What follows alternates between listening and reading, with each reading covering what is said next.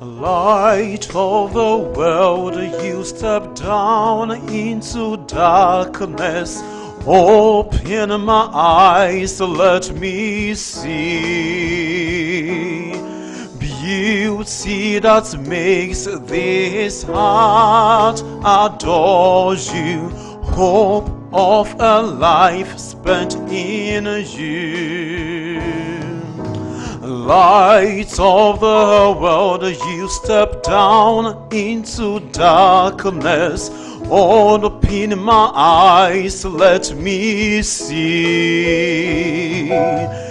beauty that makes this heart adore you.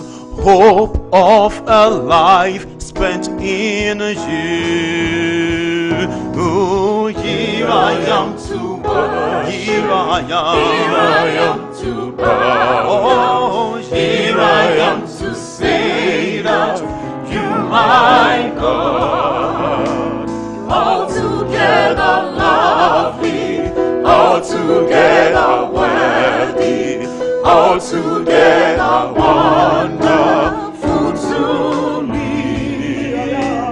Here I am to worship, here I am to bow down, here I am to say that you're my God, altogether lovely, altogether worthy, altogether wonderful to me.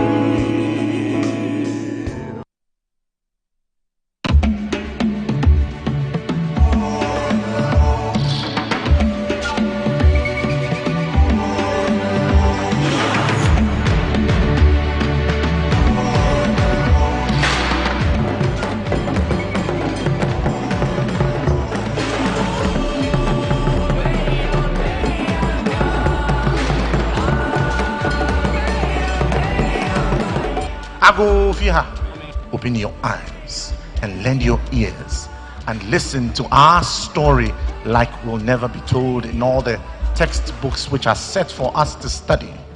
Mind you, broaden your scope and let us be honest with ourselves, my people. Some things are difficult to address, yet who will bear the cat. The book catalogs all the stories that have defined the Fourth Republic from the beginning until the end. As political journalists, we never cover stories without giving it a verdict. So from page 528 till the end, we call a set of stories the editorial stories. There we cast a verdict on most of the things we've written about and most of the things that have happened. I'll just read the headlines of the verdict, and when you get the book, you can read it.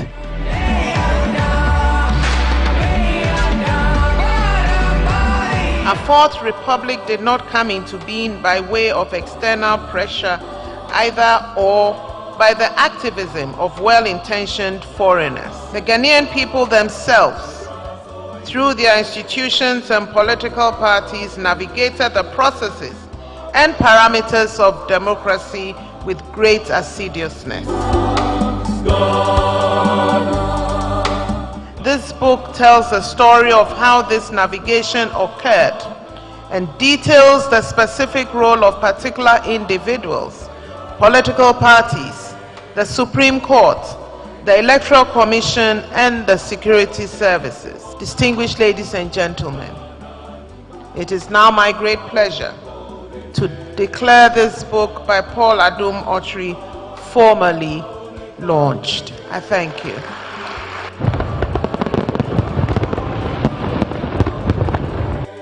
I think indeed we must pay compliments to what Paul Adum Otri has done. Many of us have many experiences and all, but hardly will we have the time to put together our experiences, chronicle them in the form of a book. So indeed, this work for me is very important, very significant, and I recommend it to many people in the country. It's important that we learn to script right for the records. And I think what our brother Paul has done is to be able to put his thoughts into writing, his recollection of history into writing, and his own opinions into writing, packaged and presented in this book. I believe, having worked with him for over 2 decades, that every element of the content of this book will stand the test of time. Countries are not rich in proportion to their natural resources. If they were, Russia would now be the richest country in the world. Angola would be very rich, and there are many other countries that have a lot of natural resources, but they have not had an enterprise economy to develop those resources. Russia has everything: oil, gas, diamonds, platinum, gold, silver, timber, marvelous soil, but has been poor. She's also, on the second point, got very bad environment. The Aral Sea. Many, the effluent coming out of many factories, the poisonous gases not taken away so the air made pure. I remember going to one communist country in about the 60s and seeing a powder coming out of a chimney of brown gas, which of course is a nitrous gas. And I was absolutely horrified. I said, well, what are you doing letting that happen? The lungs of the people must be terrible. This is acid. You can't let that go on. Tact has never been my strong point, as you know. And I just thought it ridiculous. And I said we wouldn't have it. I've been to many since, and sometimes the parents would tell me their children could not go out. I remember in Czechoslovakia in winter because the awful atmosphere was so terrible. So it is not the free enterprise countries that believed in liberty under a rule of law with free enterprise and a market economy that are responsible. They have created the wealth.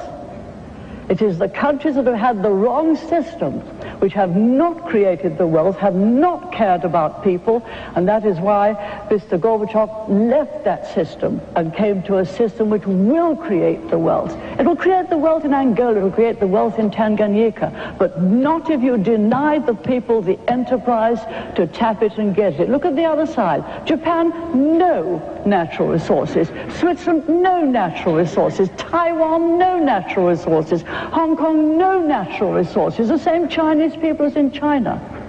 It is the political system which enhances the enterprise of the people and gives it a framework within which to operate, which will deal with this poverty, and should, and the sooner the better.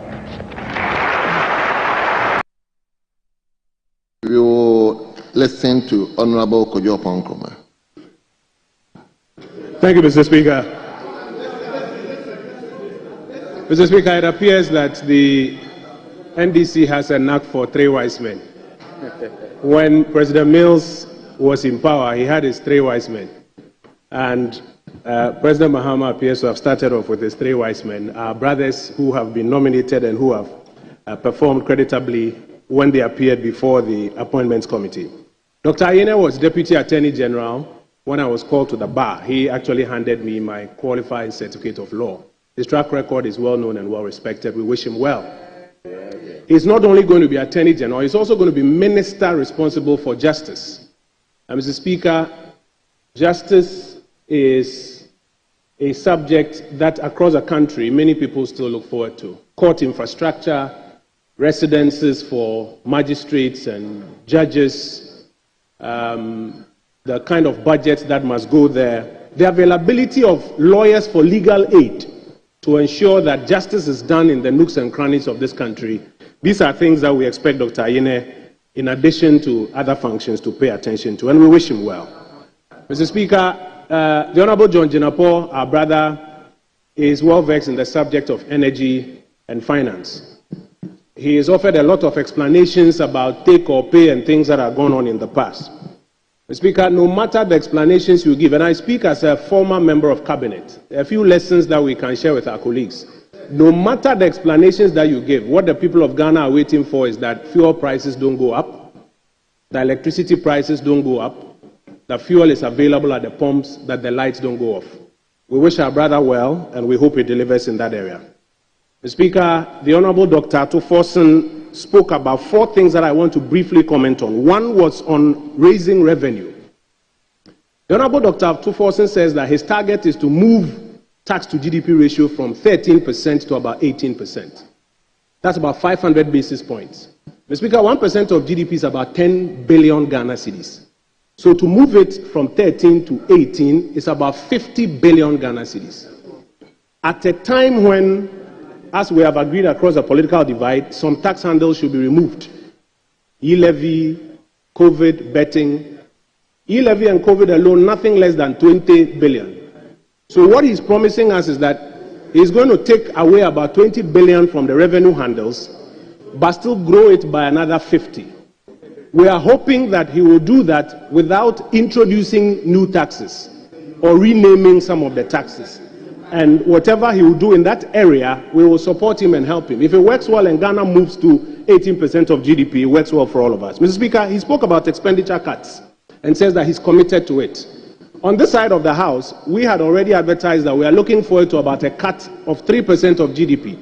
So we'll be looking forward to the expenditure cuts that he will present in his first budget, and we'll help him to achieve it. However, Mr. Speaker, whatever cuts we do, we should ensure that quality of projects are not being sacrificed. We should expect that ongoing projects that are delivering value to Ghanaians are not sacrificed. Yesterday, the Honorable Agboja at his vetting mentioned that commitment on roads is about 100 billion. That means about 100 billion worth of road projects ongoing. These cuts, we are hoping, will not lead to a stop of the major critical road and other infrastructure projects across the country. Mr. Speaker, the third thing he spoke about, which I want to briefly comment on, is debt management. That under his administration, they will do better in debt management. At the same time, he's considering taking some more money from the IMF. That's not a grant, that's debt. What is that debt going to do? Worsen our debt situation or improve it? So, Mr. Speaker, we'll be looking forward to these things and helping our brother Ato to achieve those objectives. And finally, the respected minority leader drew attention to the fact that when the president issued the EI on the ministries, he said Ministry of Finance and Economic Planning. But when he issued the communication to the Speaker, he said Minister responsible for finance. We will urge our brother to avoid the trap of creating the impression that he is responsible for the economy. The minister responsible for fiscal policy, the minister responsible for finance, like my brother Ricketts knows, is the minister responsible for fiscal policy, not the whole economy. There are external economic developments that he doesn't have control over. There are things happening in the monetary policy space that he doesn't have control over. There are real sector economic issues in other areas that other ministers will be taking decisions and impacting the economy. He doesn't have control over that. So from our lessons, We wish them well. We will give them all the support that we can. If it works well for all of us. And with these few words, Mr. Speaker, we will support the motion that our brothers be approved to take up their position. I thank you, Mr. Speaker. All I'm saying is that Madam Cecilia Dapa, with her age, remember she was also a minister in President Kufuor's time. And everything she says she has done. The NDC, Okujeto Ablakwa, and all of you were on her case because some money was found in her house, $1 million. And you said she doesn't deserve it. She doesn't deserve that money. She cannot show us where it came from. Even though the special prosecutor, who is the one who is actually investigating it, has come to tell us that he hasn't found any cause against her. But at 69, almost 17 years, she doesn't deserve to have that money. We know who her husband is because you have brought in a Blackwell's wife. Who is Cecilia Dapa's husband? An accomplished architect. And we all know how much he earns and what he's worth. But you sat in this country and told us that Madam Cecilia Dapa is a thief because that money was found in her house. And I'm saying that you are telling me today that it is okay for Honorable Okujeto Ablakwa and his wife, who are less than 50 years, and his wife is now a managing partner at a law firm. Okujeto Ablakwa has been an MP for how many years? I think 3 terms. 3 terms. That's about 12 years. Yes. They deserve. It is okay if they are able to afford a place at Airport Hills. I'm just putting the two together. Until the special prosecutor finds Madam Cecilia Dapa guilty of something, you do not have a right to accuse her like you did and watch her pull her through the gutters when she's twice the age. She and her husband, twice the age, twice the experience, twice the money that you are now telling us that now you deserve it because your wife is a senior partner. There's nothing wrong with her being a senior partner. I mean, she's worked hard for that. I mean, she's worked hard for it. In this country, we should all understand that people work hard for their money. The fact that somebody has money does not mean the person is a thief. You've had 79 days in office. Why haven't you declared state of emergency? We are treating the matter as an emergency matter. I've just told you. Now we are working on the clock 24 hours a day. The thing is that in a free society, even when there's crisis, you try to solve it without creating fear and panic. And that's what this government But it's not a national state of emergency. I think that's the claim in September, October, which I believe you agreed with, was that state of emergency should be declared in specific areas. I think we are. And you agreed to that? We are already doing it. You have not? Well, we have. I just told you how did we in less than a month reverse 7 red to yellow. I'm just simply telling you that we have decided that these matters are matters of grave importance, and they are matters that must be dealt with all the urgency and emergency that it deserves. Minister, state of urgency is not an adjectival clause, it's a legal term. Yes. You know more than I do. Article 31(1). Yes. It talks about things like curfews, restrictions of movement. Who has the power to declare it? The president. Good. With the support of Parliament, yes, which you have a 2/3 majority. This is what I know. The president is treating this matter as a top priority. But the president wants to make sure that the people of Ghana can be assured that he's on top of this. So why has he opted not to declare the state of emergency? I just told you. He is dealing with the issue and we are making progress. And the people of Ghana can that was not your view in opposition. I'm just telling you what is important here. I don't know what was our view. Well, we told you we'll deal with the matter with all the serious. In fact, one of your colleagues who's now a cabinet minister, he said that Mahama needs just 5 days to deal with Galamsey. Samojot said it. It's on air. The video is there. You've seen it. So the point about declaring state of emergency was very clear. Well, I've just told you my strong views about this matter. This is a matter that must be dealt with as a matter that is urgent, and all the emergency measures must be put in place, and we are doing exactly what is the fear? What we don't want to do is to do a 6 o'clock announcement and tell the whole Ghana that a curfew has been declared. But there's already curfew in Boku. The country hasn't stopped running. But there's no curfew in the whole of Ghana. Nobody says you should turn the whole of Ghana. Because mine is not being the whole of Ghana. There's a lot of things at play. No, but Minister, if you can declare state of emergency in Boko, where people are fighting and the state of emergency is solving a problem. In fact, it is reported that in some of the places, the people doing the mining and their protectors are not from Ghana.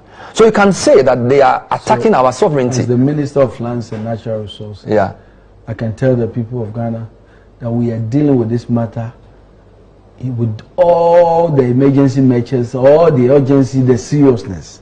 And that's what... Excluding state of emergency. And that they can be assured that we'll be relentless and we'll make sure that we'll win this fight.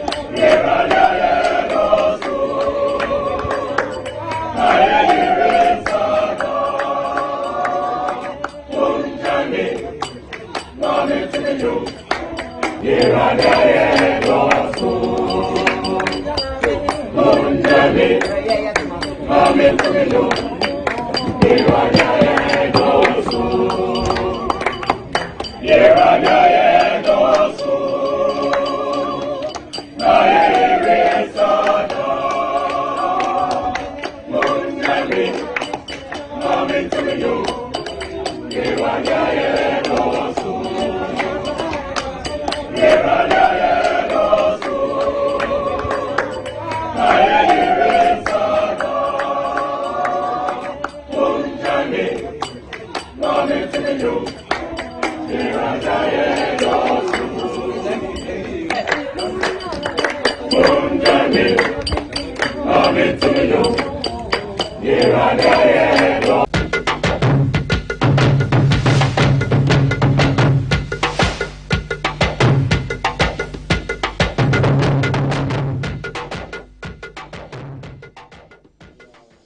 good evening. Welcome to another edition of Good Evening Ghana. They are calling me again.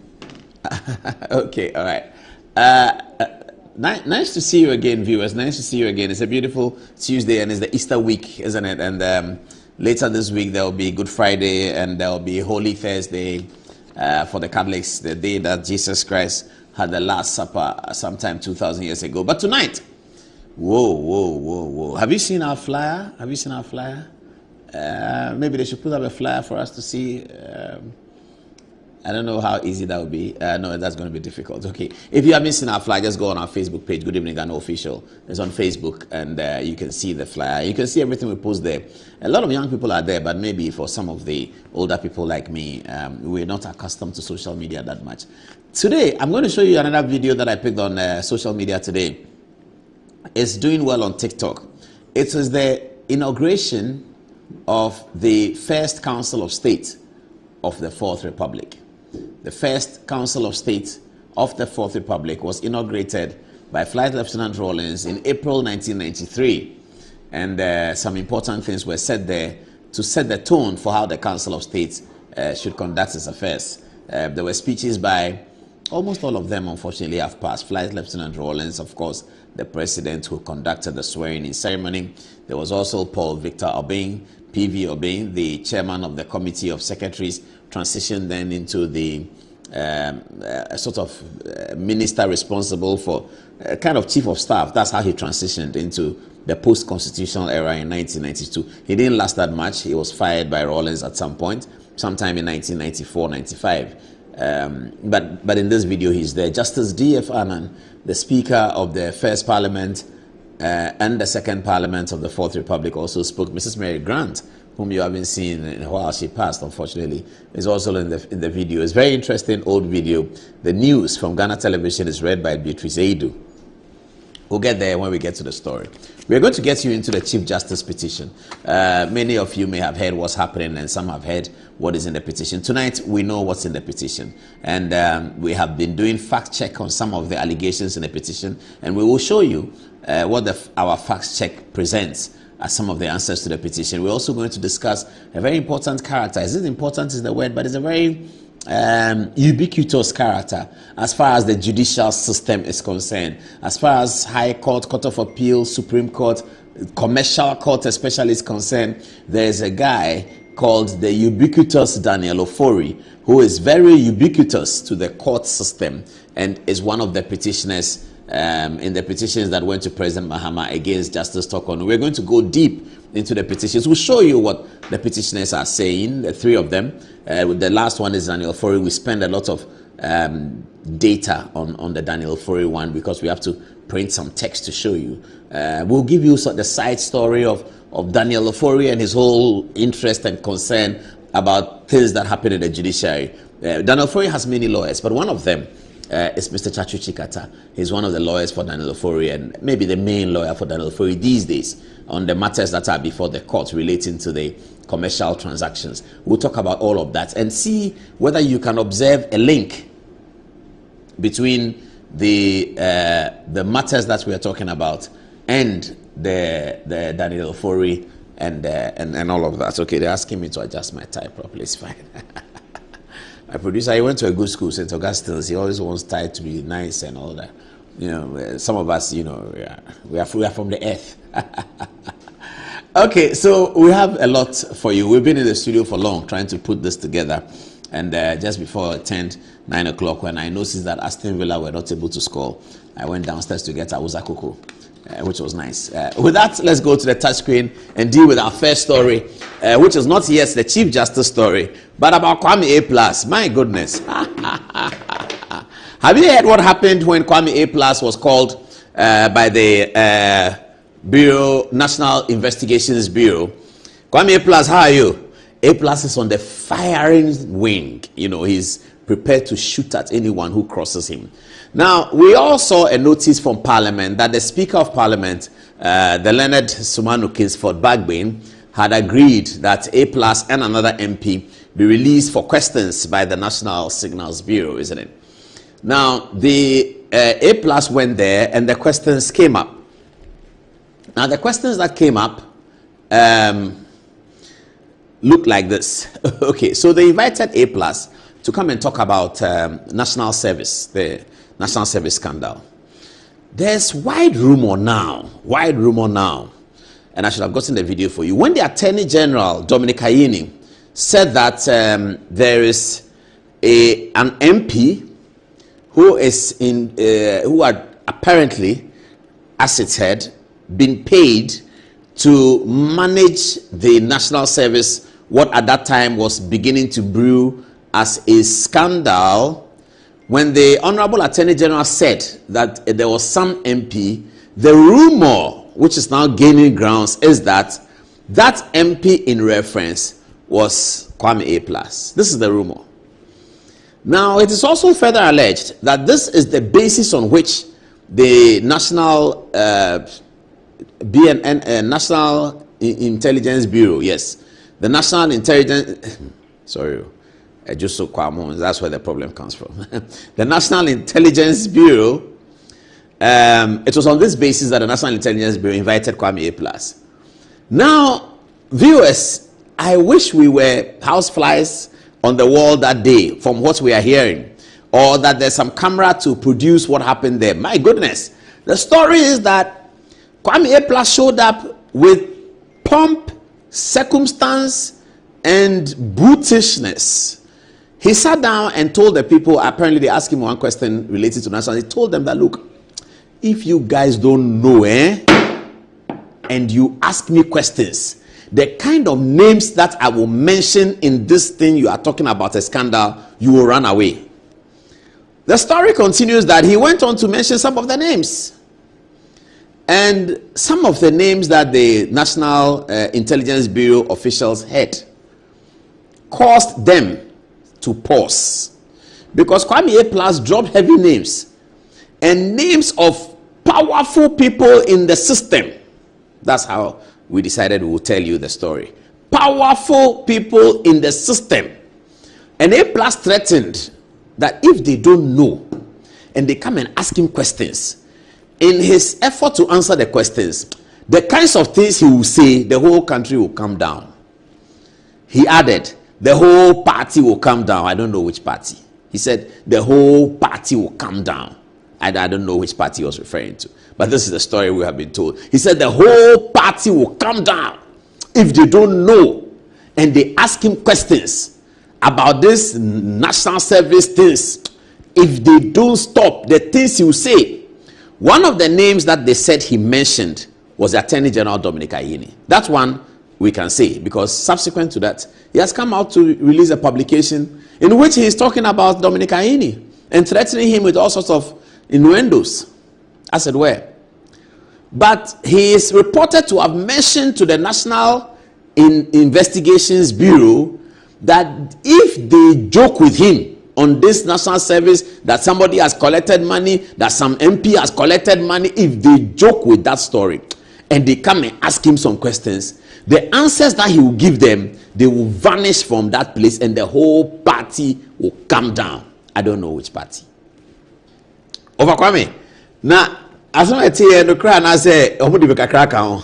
And I Kwame is saying, I like his glasses, you know, fine boy, you know. So subsequent to that, Kwami A-Plus came out to cast innuendos against the Attorney General. And I said here the last time that this is the only Attorney General about whom such spurious, is it spurious the word? No, about whom such grave allegations have been made. And we are waiting to see what happens. We don't know whether there's some behind the scenes talking. We expect that there will be some of that.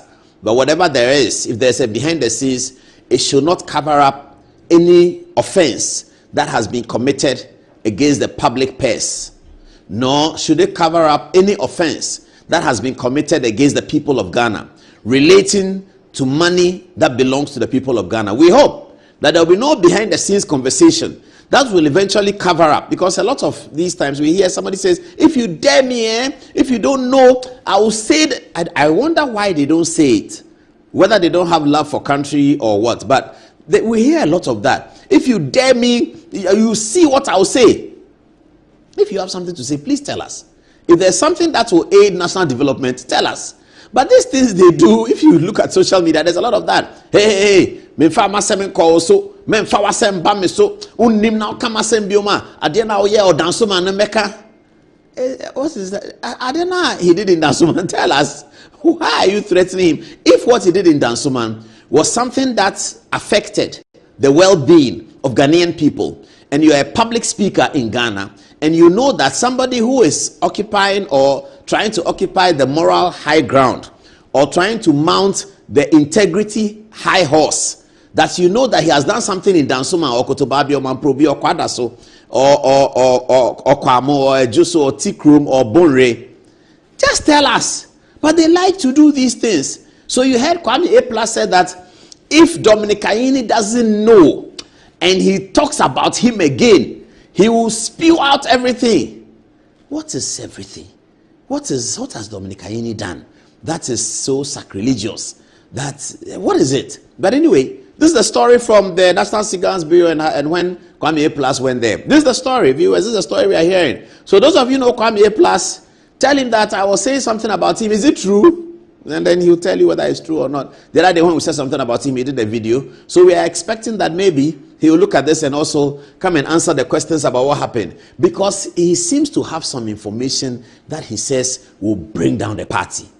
Which party? I don't know. But that's what he said, that it will bring down the party. If they don't know and they tempt him, Now, I have also been wondering, why is it that the Attorney General in his press conference delivered such a killer punch on Kwabena Edubuahin? All the things that he said about Kwabena Edubuahin, a lot of it that are not verifiable. Apparently, Kwabena is preparing a suit, unverifiable things. Kwabena was not there to defend him. The Attorney General delivered it. Big punches. He's a thief. He's a criminal. He opened bank accounts. He said a lot of things about somebody is about to prosecute, somebody is yet to charge. But when it came to that MP who is reported to have taken money from National Service people to cover up the scandal, the learned Attorney General said that he will not mention the MP's name. Is it coming? Is it coming small?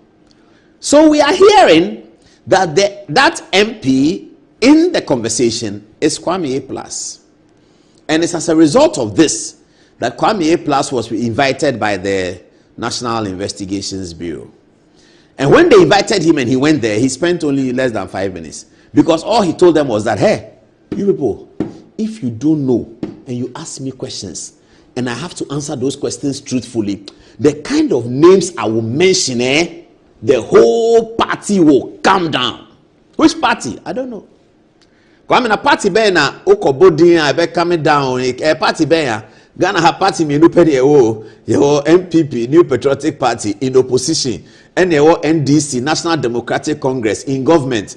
Also would end the Obas independent one for my party. CPP or hot there, but CPP so parliamentary seats for the last 4 elections.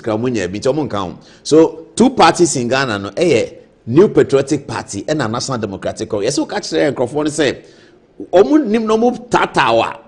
Somehow be kano. Party ni na be shifo be nim be guase. Party ni na be say. The party be we don't know. Which party was he talking about? We don't know. So that's the story that we've picked up. We wanted to start this way.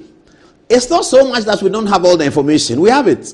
But it will be coming small, poco a poco, precept upon precept. But this is the first one. Honorable Kwami A-Plus says that if they ask him questions, something will happen. All right, let's move on. It's 10-15 minutes at the top of the hour at 10 o'clock. And now, Madam Justice Gertrude Tokonu Isaba Araba is the learned Chief Justice, and we know that there has been some petitions against her, and we also know that there's a court case that will be heard tomorrow. Apparently, the injunction application will be heard tomorrow. The injunction application was adjourned sine die until further notice last week. It's now been set to be heard tomorrow, Wednesday, at the Supreme Court building by 5 judges. Arguing in favor of the injunction will be Godfrey Adame, who is lawyer for the Honorable Vincent Asifua, Member of Parliament for Old Tafo. And arguing against the motion will be Dominic Ayini, the Attorney General, the embattled Attorney General as far as Kwami A-Plus is concerned. The Attorney General who is leading the oral investigation, the Attorney General who is leading the government prosecution is now being told by Ghanaians. Ghanaians are now hearing from a member of parliament that this same said Attorney General, according to Kwami A-Plus, is corrupt. And we don't know whether that is correct. Kwami A-Plus is saying it. So the Attorney General is embattled. He will be in court tomorrow to make his arguments against the injunction. Before then, we have obtained, as has some other media houses, the document of the petition. Now, because we try to protect the integrity of the process, we are not going to show you the petitions in raw hand, but we do have it. We have paraphrased some of it and we have rewritten some of it, sometimes in very similar words. But the account that we're going to give largely reflects what is in the petition.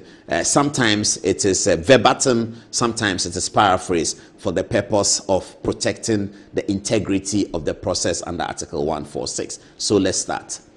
All right. So this is the first petition.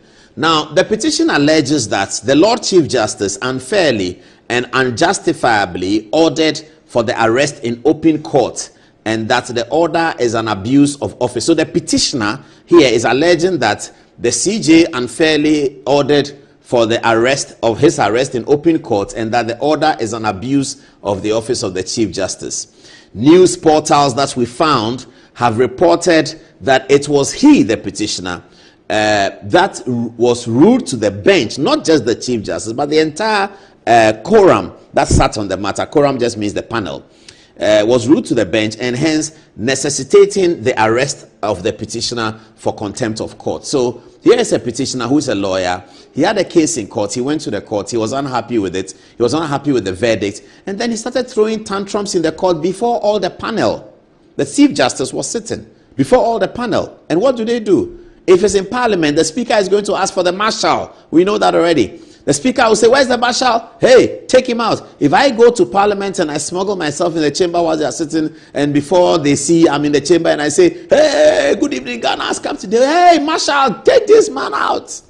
And the marshal will come and bundle me away. If I wrestle with the marshal, he will hit me. If I hit him, the policeman will come. So that's what it is. So this petitioner then sends a petition to President Mahama that I went to court and Chief Justice said they should arrest me in the court. So President Mahama receives it and they are looking at it.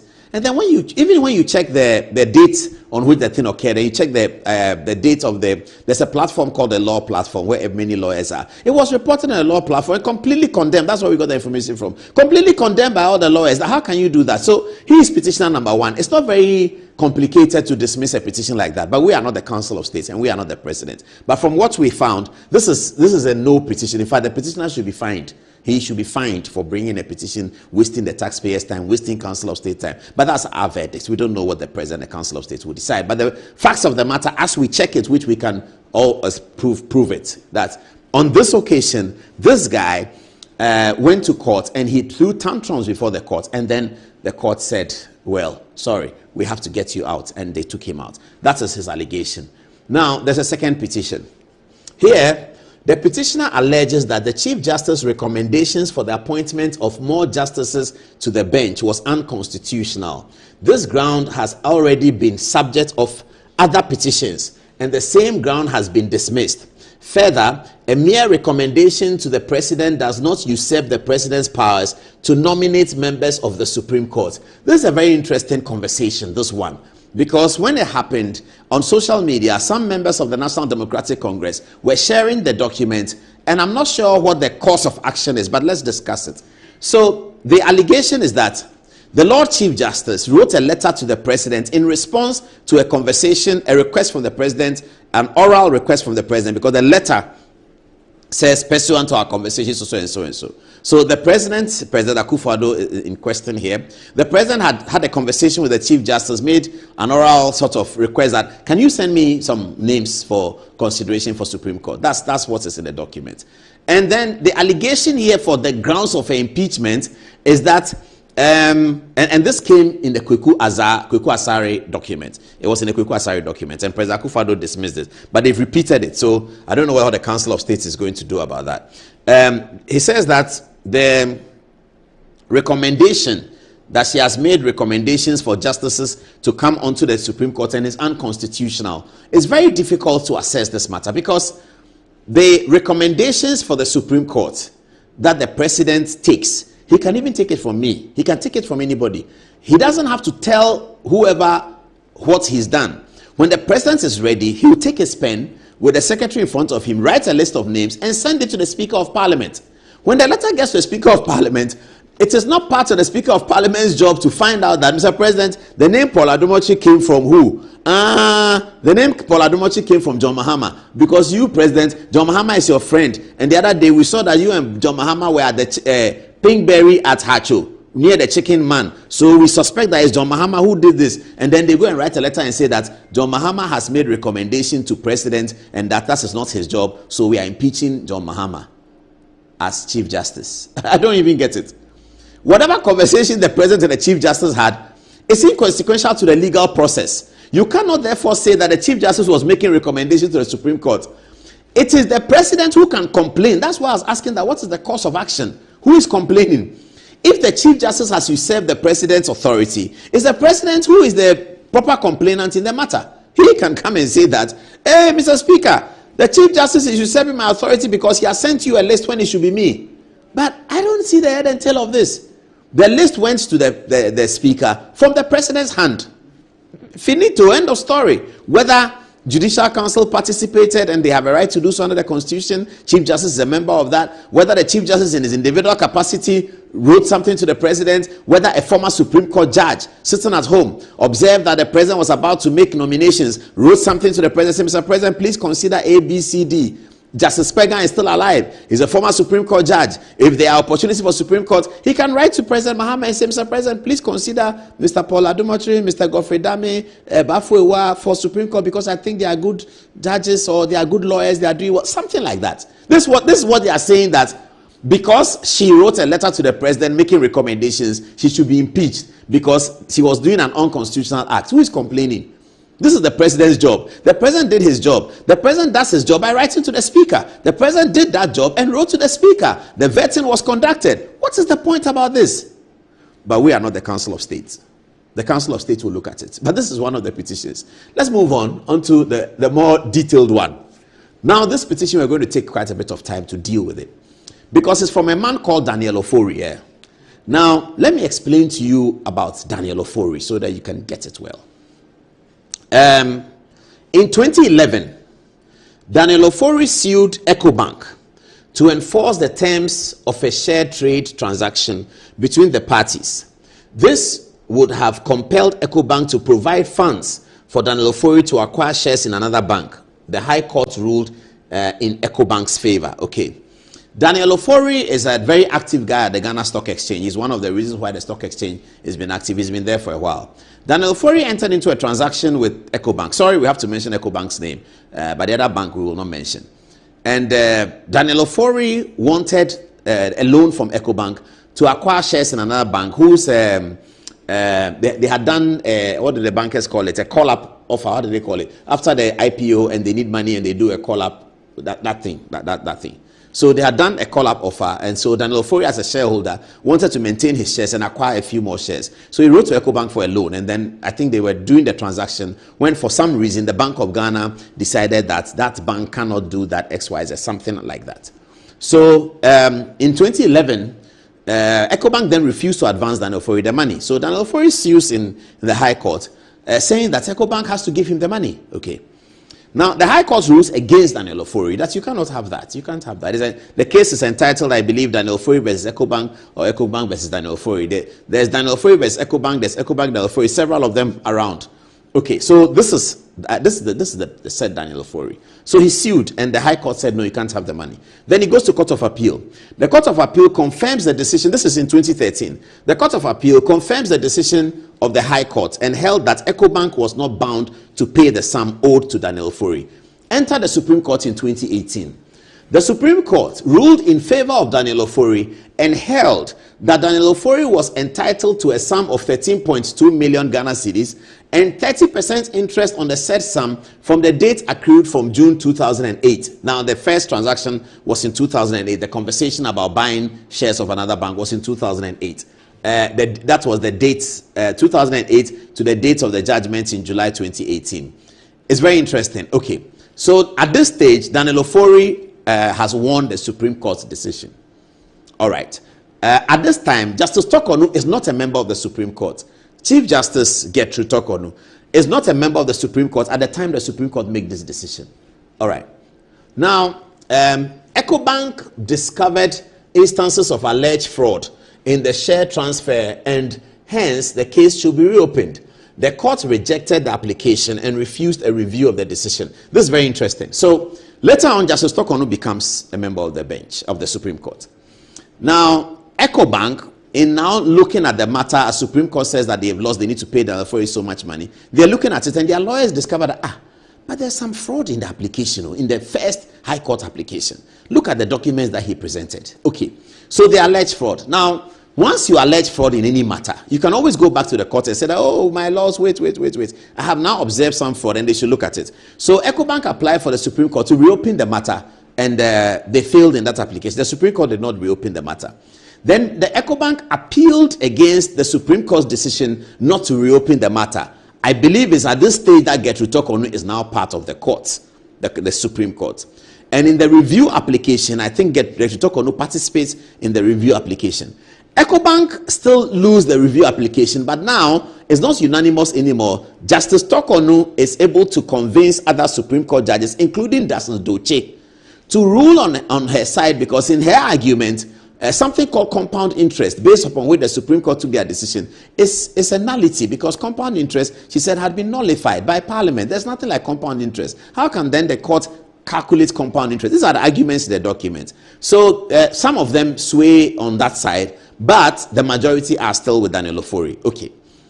EcoBank thereafter go to the High Court, seeking to stop the execution of the ruling of the Supreme Court, because the Supreme Court they will not hear them on reopening the case, and they lost the review on that by a slimmer verdict than the unanimous 5-0 that they lost by in 2018, which was to say that they owe Daniel Ofori, they should go and pay. They come back and say, yes, we may owe him, but there's fraud. Supreme Court says, I will not listen to the fraud. They appeal against that, and then some Supreme Court judges, including Justice Tokonu, think that, look, you should listen to this because compound interest that you are talking about doesn't even exist. Anyway, so EcoBank now go to the High Court and ask the High Court judge that we have observed this fraud. Can you stop the execution of the Supreme Court ruling? And any court, even a lower court, can stop a decision of implementation of a decision of a higher court, so long as there's fraud. It's in the rules.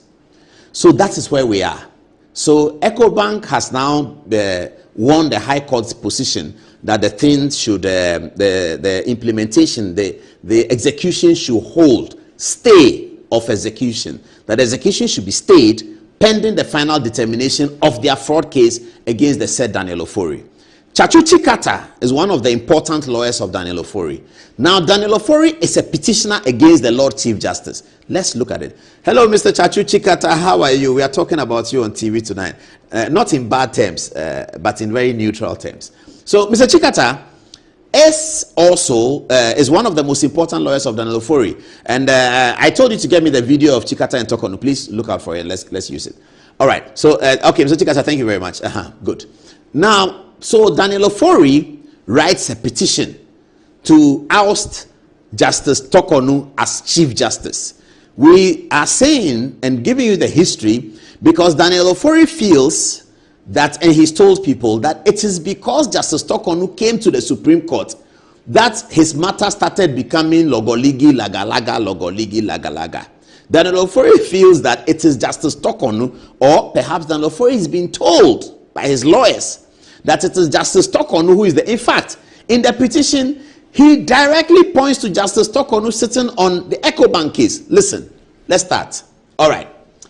Daniel Ofori starts with money, suspecting that Justice Tokonu has spent some money and she used some money to travel, and the money that she used to travel is not for her, it's for government and blah, blah, blah, blah, blah. Let's look at it. Okay. This is on the left is the allegation that Chief Justice misappropriated a sum of 261,000 Ghana cedis of public funds for private travel. Daniel Ofori further alleges that the CJ traveled with her spouse, that is her husband, and child with the aforementioned public funds, when her spouse and child are neither members of the judiciary nor work within the judicial service. So this is Daniel Ofori's first allegation. There are three categories of allegation: financial, court matters, and then another one. I'll show you all. Give me just 5 minutes. So this is the matter, that she has spent this amount of money traveling with her husband and her daughter. This is what we found. That the said travel package is provided for in paragraph A9 of the policy on foreign travels by the head of the judiciary and superior courts judges, approved in 2010 and reviewed in 2019, and it allows the CJ to bring along a spouse and another person of her choice on foreign travels. This has served 4 Chief Justices, to wit, Georgina Wood, Sophia Ekufu, Justice Eni Yeboah, and Justice Tokonu, the present CJ. So where is Daniel Ofori coming from? Even we were able to find the policy on travel, and that's what we did. Once we saw the thing, I said, okay, let's get the today is what, Tuesday. We've been working on this since I think last Friday. So we said, let's get the is there not a policy for traveling? So we picked up the policy. It is clear in there. And in fact, in some of the instances we saw, Justice Tokonu, when she traveled, she came back and returned cash of nearly $9,000 to the judicial service. That I didn't spend all the money. This is the rest of the money. When I saw it, I was telling my people that, but this, my Lord, $9,000 you can issue to buy. Say that you bought books from London or something, buy something. And they said, well, that's how she is. She's like that. She came, she brought the money back. So because they raised this allegation, it has allowed people now to look at it. And everybody's finding out, oh, the last time Justice Tokonu traveled, we gave her some money. She brought back $9,000 that she didn't use it. This is the kind of person they want to impeach for corruption. So how many ministers, how many ministers travel with the impress and come back and go and give the money to the chief director that I didn't spend the money, finance manager, here's your money. No, people don't do that. I'm not saying they should do that. But I'm saying when you have somebody who has done that, this is not the person that you say is corrupt. You cannot say that is corrupt in the same breath of a person who takes money and returns the rest of the money. You cannot say that.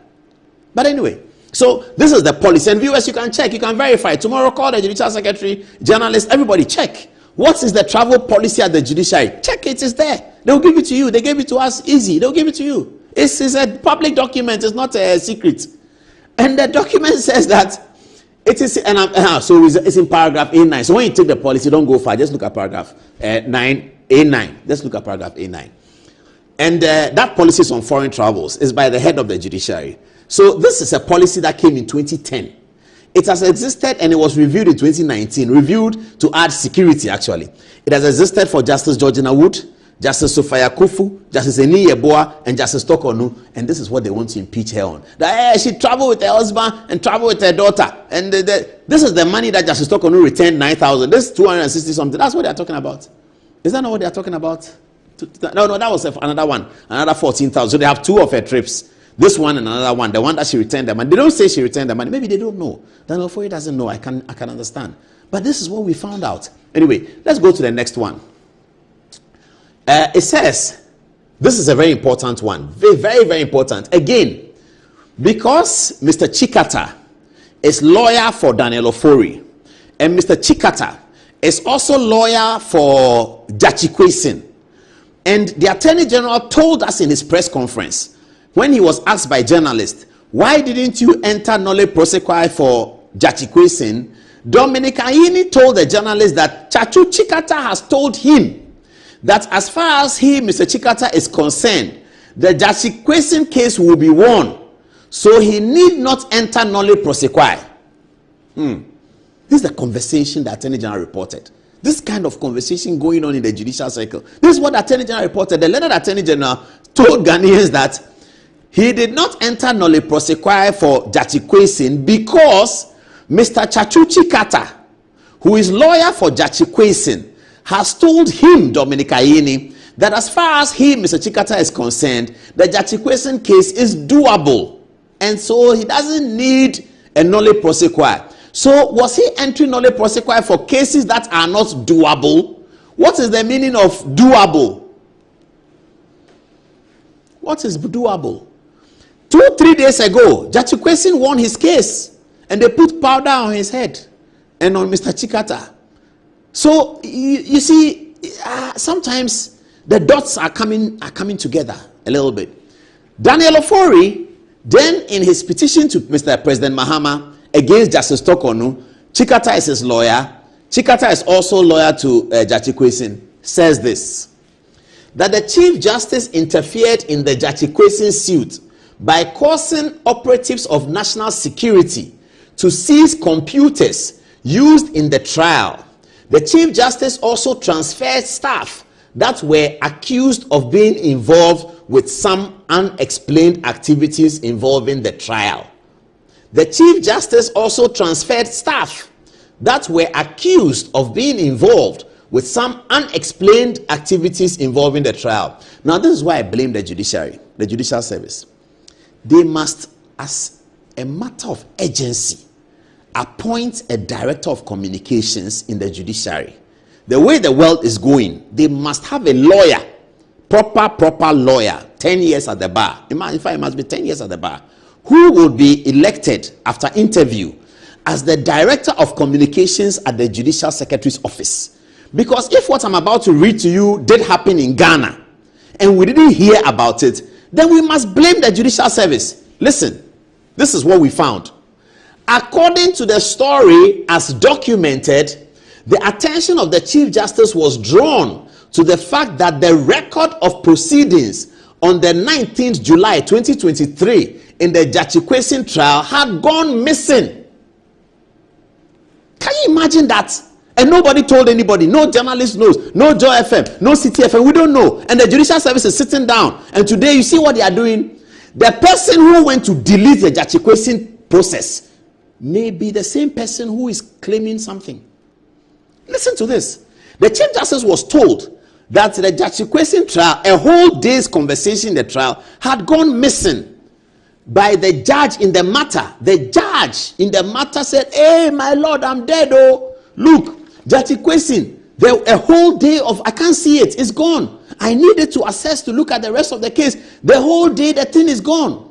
I'm sure they asked him that, "Do you remember what happened that day?" He said, "Judge, he cannot remember. He's writing everything down. The record of proceeding is missing. Somebody went and stole it. Somebody went and stole the process of the Jachikwesin. And judiciary didn't tell journalists. They didn't do a press conference. That day, no, they should have issued a statement that the judiciary is concerned that the proceedings of 19 July has gone completely missing and that we are investigating it. And they should have published the results of the investigation. Democracy has changed, though. Please, judicial service, democracy has changed. It's not the old one anymore. Now it's TikTok and Instagram. You have to talk. Look at this. When I found out, I cringed. I said, but why didn't they tell anybody? Look at it.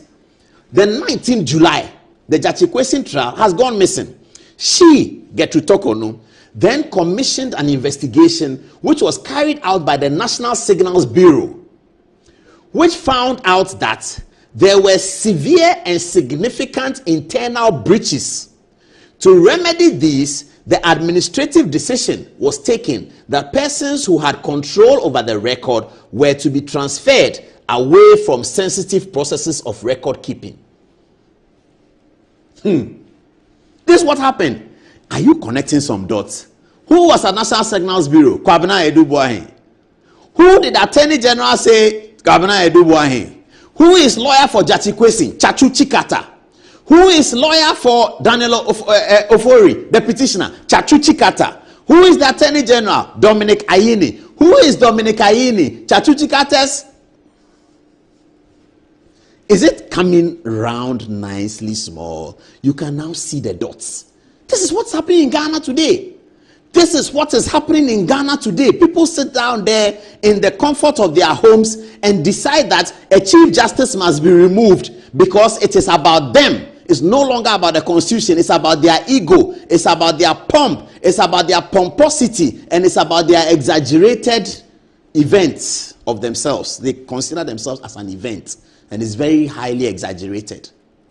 This is it. Look at this. The Chachu Chikata has never told anybody in any press conference that there was one day that the record went missing. He's never said that. How many press conferences have been granted on this Jachikwesin matter, and nobody from the Jachikwesin side has ever complained that there was one day record missing, and the Judicial Service too didn't tell us. It's an unsolicited advice. Judicial Service, please have a lawyer of not less than 10 years at the bar, properly appointed as the Director of Communications of the Judicial Service, sitting in the office of the Judicial Secretary, is very, very important because of things like this. Look at this. Jachikwesin filing a petition against the Chief Justice is able to go and, I said Jachikwesin, Daniel Ofori is able to go and bring a Jachikwesin matter. Lawyer for Jachikwesin, lawyer for Daniel Ofori, Attorney General, National Signals Bureau, Kwami A-Plus, you see the whole thing. Kwami A-Plus, sorry, pa. It's your work that you were doing. You haven't done anything wrong. When Chief Justice called your team to come and look at it, you did your work. And these are electrical engineers. They are very solid people. Kwami A-Plus and his team, they are very smart. So they found out that this has happened. And I'm wondering why the Judicial Service till now merely transfer people. People who are manipulating justice by removing a whole day's record out of the thing. Nobody says anything about it. And they now sit in the comfort of their homes because their friend is president. Their party is in power. So they now want to remove the Chief Justice when she was the one doing the right thing. Wrong is right and right is wrong. We should never allow that. Let's move on. Now, the petitioner here alleges that the Chief Justice arbitrarily transferred judges in the Daniel Ofori case. This is it. This is another allegation that Daniel Ofori won. So he alleges Madam has spent money on her son and daughter and something they traveled. He doesn't know that there's a policy. Then he comes to Jachikwesin. He doesn't know that there was a National Signals Bureau, proper and thorough investigations done, and his people were found out. He doesn't know that. Then he comes and now says that, okay, now I'm coming in my own capacity. You, madam, you transferred judges who are doing Daniel Ofori case. This is what he said. This is what he said. This is how and why transfers are carried out. Let's move on. EcoBank versus... So, Daniel Ofori says that in the cases that involve him, Madam Gertrude Tokonu transferred the judges. Let's see the details. Now, the first one is EcoBank versus Daniel Ofori. Transfer from Justice Boansi to Justice Miraku. Now, Justice Boansi requested to travel out of Ghana because both her husband and child fell ill. She was granted permission to see them, and all cases before her were transferred to other judges, inclusive of Justice Miraku. When Justice Boansi returned, she was taken ill and had requested leave. So Daniel Ofori does not even know that the reason why Justice Boansi's the case was transferred from Justice Boansi to another one is that the lady herself requested, and the documents are there. She doesn't request in the vacuum; she requests by letter. It's a document, it's a letter, it's there. So he is petitioning President Mahama that he should sack Gertrude Tokonu, because when I took cases there, he's just transferring the people, he's transferring everybody. It's my case, and he has transferred somebody, so we should sack. I mean, viewers, permit me to bring myself. I have a case at the High Court. One day we went to court. They said that the judge has been transferred. So, based on that, I can write a petition. So, my friend, Kwabene Japan, becomes president. Then I go to him. Kwabena, hey, Justice Tokonu, it's a case, not transfer judge. No. They say, oh, judge not transfer, me judge not transfer. Oh, for petition, you know. Is that how we run a country? Yeah, I have many friends. Let me take somebody from the NDC. Spio Gabra is my friend. Guzitano used to be my friend. I say used to be because I've not seen him in a while and I don't know. But yeah, used to be. So Guzitano becomes president. Oh, no. Asedu Nketia, you all know Asedu is my friend. Asedu Nketia becomes president, then I go to him, General. Charlie, let's put bygones at bygones. So me here, baby, pa. I say, customer, when you're a bad boy. I say, Judge, no, Chief Justice, no. Say me case been na me yo kuma say case. Oh no, transfer judge na. I didn't koye basa. Say, oh, what's that? Be na that pankro no. Oh, any for petition, but you know. That's this. It looks like that's what is happening. It looks like that's what is happening. That your case has been transferred. If you take from Philip Archer, 1992, and bring Chief Justice who have transferred cases, you find numerous of them because that is their work. That is their job. They do that all the time. The Constitution has given them the power so to do.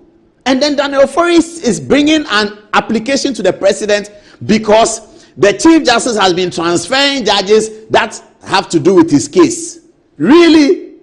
Then Ofori, come again. Why? Now we're there. Well, again, we are not the Council of States. We don't know. But this is the fact. So this is why Justice Miriku found himself in the EcoBank matter. Then there's another one. Daniel Ofori versus EcoBank. Transfer from Justice Lodo to Justice Miriku. EcoBank petitioned for the case to be heard by the same judge to avoid multiplicity of suits pursuant to Order 1, Rule 1, Clause 2 of CI 47, which provides that matters in dispute must be determined and multiplicity of proceedings must be avoided. So because Miriku was handling this one, it made sense that Miriku will handle all pursuant to Order 1, Rule 1, 2 of CI 47. Daniel Ofori has lawyers. Didn't they tell him this? Didn't they tell him? But I'm sure they didn't think that the petition will come out public for everybody, all of us non-entities to see it and be talking about it on that your TV. As they tell me, you go and sit on that your TV and you are fooling. Yeah, they didn't think that non-entities will see it and go and sit on that their TV and be fooling. But now here it is. The first year law student, the ordinary Ghanaian child, the ordinary Ghanaian university student, the Ghanaian SS student, if he's paying attention, will wonder, what is this about? Is Ghana about Daniel Ofori? Ghana. It's about Daniel Ofori. Yeah, Daniel Ofori may be a good taxpayer. Yes, he pays more tax than most of us. But that doesn't mean Ghana is about him. It's not about him. The 1992 Constitution is not about Daniel Ofori. It's not about him. The 1992 Constitution is not about anybody. It's about, if you read the first line, sovereignty relies in the people of Ghana. That is what is in the Constitution. It's not about Daniel Ofori and Dominic Ayini and Justice Remsai. It's not about them. It's not about Akufo-Addo. It's not about J.A. Kufuor. It's not about Dr. Baumia. It's about sovereignty relies in the people of Ghana who have given themselves this Constitution. It's not about Daniel Ofori. Daniel Ofori cannot use constitutional processes to sacrifice, to satisfy his whims and caprices. No way. It shouldn't be. Nobody should be allowed to do that because the Constitution is about the people of Ghana. Well, this is another one. The petitioner alleges that the CJ sat on a panel for a review of the Supreme Court decision when she, the CJ, was a judge that sat on the same matter before the Court of Appeal. Daniel Ofori's final allegation is that Justice Tokonu sat on a Supreme Court case involving him, but that Justice Tokonu has sat on the same case when he was at the Court of Appeal. Whilst that is not true, and we're going to show that's not true, there's nothing wrong with that. Unless you can show that during the Court of Appeal case, Justice Tokonu told you, made prejudicial comments against you, against your person, and therefore has demonstrated that she is prejudiced against you as an individual. In that case, there are processes in the court for you to file. We have seen that happen. You can file an action for Justice Tokonu to recuse herself from the Supreme Court bench on the basis of this and this and that. We have learned that since Salah and Attorney General in 1969, Daniel Ofori. Ebeyo, Justice Anija against famous ruling in whether there is bias or not against Adade in the 1969 Salah and Attorney General matter. That is where the Supreme Court settled these things. 69, I wasn't born. Now, you are coming back in 2025. Oblivious of what the Supreme Court has long settled, that the judge was biased against you or sat on a Court of Appeal case and sat on it. You didn't file an action before that Supreme Court to say that Justice Tokonu sitting here should go away because this and this is what she's done. So the court has opportunity to look at it and either to agree with you or to disagree with you. You didn't say anything. The case went on. You heard Justice Tokono's ruling, and then you come and now say that President Mahama should remove her because you, Daniel Ofori, you are not happy with the way that she does her work.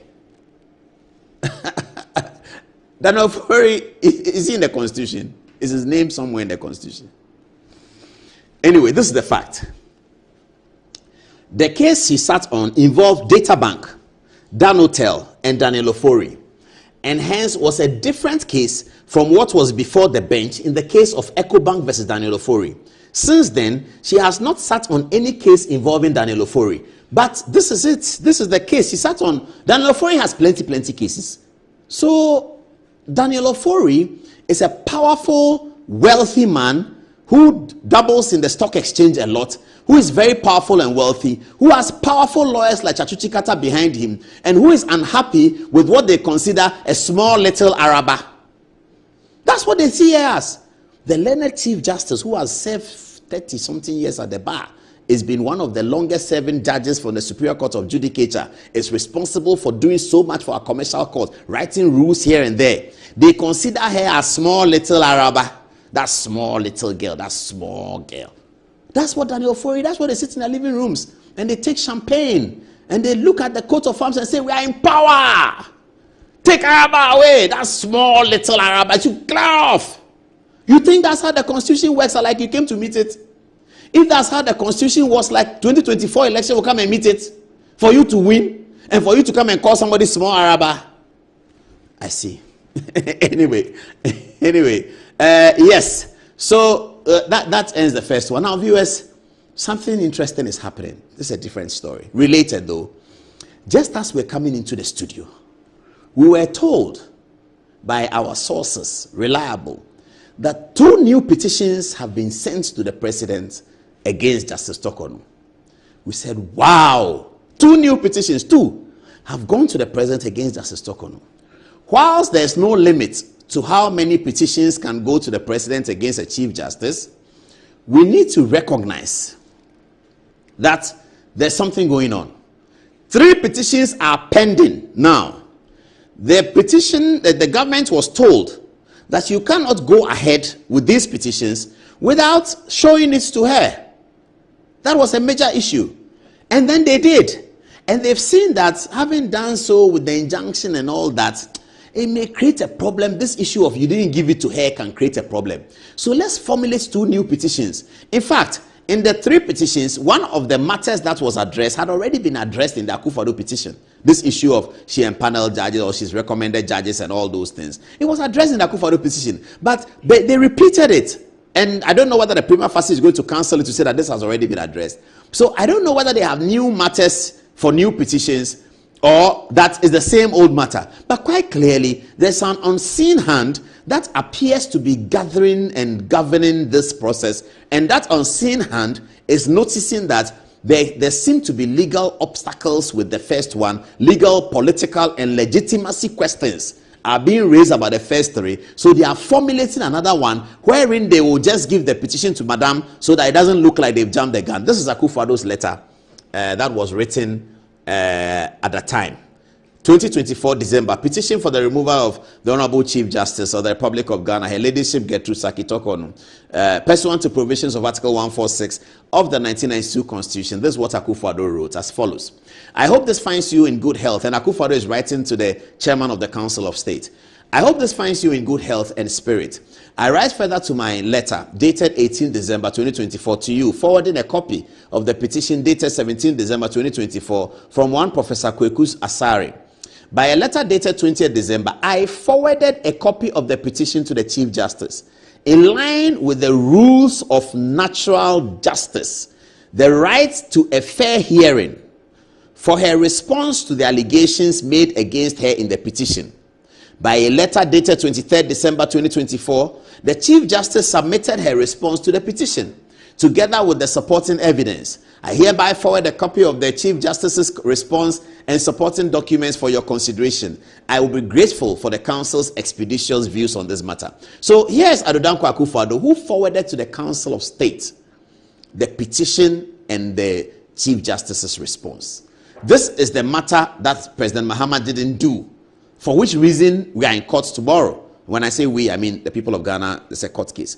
For which reason there's a court case tomorrow morning where the Supreme Court is going to hear whether the process should be injuncted pending the final determination of the matter to settle the matter, whether or not the Chief Justice has a right of hearing in the matter. You will see that in the Attorney General's response ahead of tomorrow, he seems to say that the Chief Justice has no right of response. Well, we'll leave it for the court to determine that. But what we can say for you tonight is that 2 new petitions have hit the desk of John Dramani Mahama, President of the Republic of Ghana.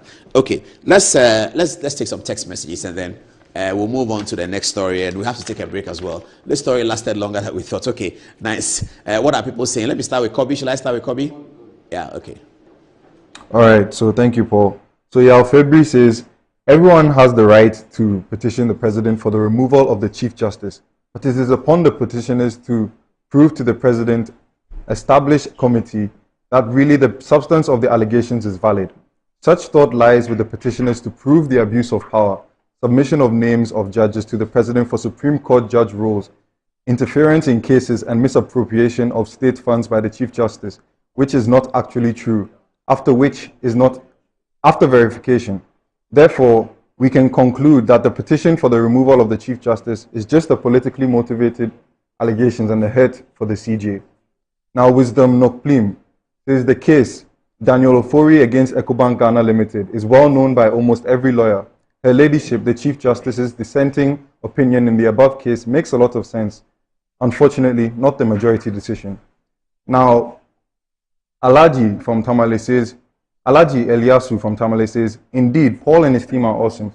The program is so educative and informative. The petitions against the CJ is empty and must be thrown out at once. It's a waste of everyone's time. The petitioners must be surcharged for wasting our time. The CJ is intelligent and an epitome of hope for young females who must be protected at all costs. Now, Nana Owusu says, the NDC should remember that we voted for them to manage the economic problems in Ghana and not to be removing seasoned public servants. I think we shouldn't be entertaining such nonsense going forward. And finally, Samuel Ba says, it's an absurdly novel if one man out of 33 million people's cases be considered by the president to remove the more than 30-year working experienced law luminary, Chief Justice of the jurisdiction. This depicts how infantile leadership decisions are. Now, what do you have for us, Fatih? All right, thank you. So this is coming from Nana Owusu, and he says the international community are watching closely. I can tell you that if Mahama should remove the Chief Justice based on these frivolous petitions, then I'm afraid the investor communities will also look for a serious country with an independent judiciary to invest. Politicians shouldn't creep into the judiciary. Now, Baba Chairman from Tamale says, Ghana is headed in the wrong direction under the leadership of the president. Today, President Mahama sees no evil and hears no evil. Karma is indeed a bitten. What goes around will surely come around. Anofo says the hypocrisy of this country is what is killing the country. If it was under President Nanado's tenure that this had happened, you would have heard different interpretations of the so-called constitutional lawyers. Now, Master Planner Jr. from Kentampo says, trial of Judge Grayson messing in the court and everybody was quiet in this country. Thank you, Paul, for letting the cat out of the bag. As for the Chief Justice, no one can remove her from the position because they won't have anything bad against her. Now, Nana Owusu says, should Mahama entertain this filmsy petition to remove the Chief Justice, then Ghana's judiciary is in serious trouble. Baba Chairman comes again to say Kwami A-Plus should stop being a coward and start mentioning the names if they indeed exist. EBO faces, I wasn't surprised when Judge Grayson was let out. The so-called experienced senior lawyer might be the biggest agenda setter, delay tactics lawyer. Alex Nyako says if President Mahama is not up to something, would he have influenced the Council of State elections across the country? All women in the country must rise against the Chief Justice removal. And lastly, coming from Nana Owusu, says the NDC and Mahama were voted for to fix the economic problems facing Ghanaians and not these point scoring. The Supreme Court must always remain independent. Any serious country will not sack its seasoned military generals only because another party is in power?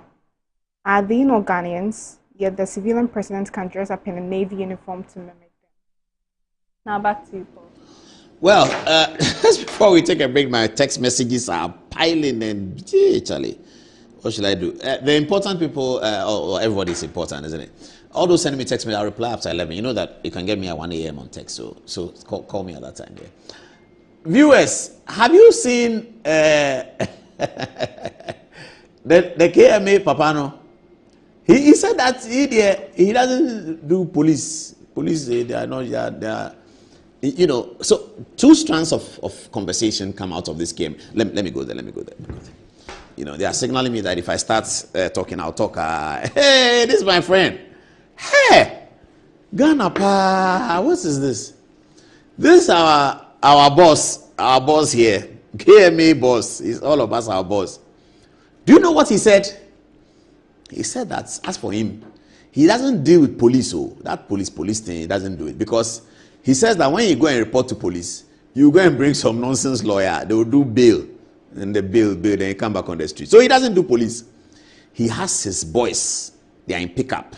Sometimes they are with him, sometimes they are not with him. If you are not lucky, and they are with him, and he sees you at Edum, and you are selling your toothpick or Pepsodent, something that your entire profit for the whole day is about 30 cedis, maybe less, 10 cedis, 20 cedis. That's how. And then when you get the profit, you eat supper and you are done. When you start the next morning, you have zero money. A lot of these young people, this is their plight. Unfortunately, this is their plight. Their parents died somewhere. There was no free SHS at the time. They didn't go to school to acquire skill. They just start on the streets here and there. Somebody brings something and gives them some to go and sell. Go and sell, bring me the money, I give you 20 cedis.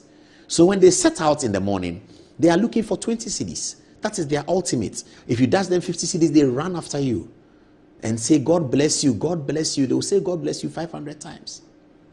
This is the people he's addressing. He's not addressing me and you. Those of us who can earn salary, we have SNIT and we have something.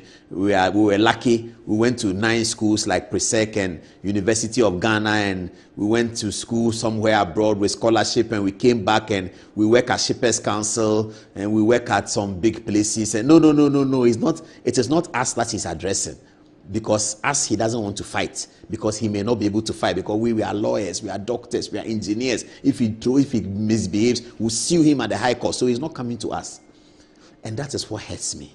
We are always using the power of state against the most vulnerable people, the people for whom we should be supporting. We are using power of state against the most vulnerable. Those days when we were going to vacation classes, and then they said Abaye. And I said, early 20s, man, I always used to listen. This Abaye thing is terrible. Look at this woman, you are going to lash her. She's only earning 15 cedis the whole day. She probably has 3 children, and the fathers are irresponsible. They are working somewhere. And this is the target. You are not coming as AMA to come and protect the most vulnerable people of Edum. You are going to cane them. Go and cane the professor at KNUST, let's see. Go and cane the bankers at Hapa Road in Edum, Hapa Road. Go and cane the bankers, let's see. Why do we do that to ourselves? Are we so callous? Why do we always use law to fight the most vulnerable people, the guy who is begging? He doesn't have anything. Because look at this man's nice face. You sit there and make comments like you go and beat them. Come and beat those of us who have lawyers and see what will happen to you. Come and beat us. Those who have lawyers, those of us who have a voice, we have television program, we have radio program. Come and beat us. Why are you not beating us? And you are taking the state's power given to you to go to the person who earns. He is lucky to have earned 20 cedis. And when he earns that 20 cedis, that night he spends 11 cedis on food and gives 9 cedis to his mother. And by 6 o'clock in the morning, he has zero money. He goes for the West and come and stand there and hope that the people who are going to work or those who are coming from work will buy some and buy some and buy some and buy some. And he's the one that you want to go and beat with your voice. See the video. So I have my own democratic military style, which I'll be implementing. When we say leave this space, and you don't leave this space, and I get there, I am not lucky, and my boys are with me. There and then, we'll beat you.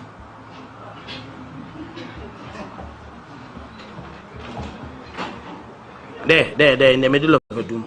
If you're not lucky, if I'm alone, you'll be lucky. But if I'm there, and my 10 boys are in their pickup with me, with their hips, trust me, we'll beat you.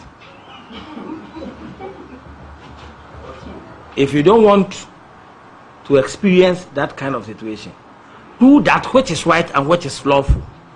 So I have my own democratic military style, which I'll be implementing. When we say leave this space, and you don't leave this space, and I get there, I am not lucky, and my boys are with me. There and then, we'll beat you.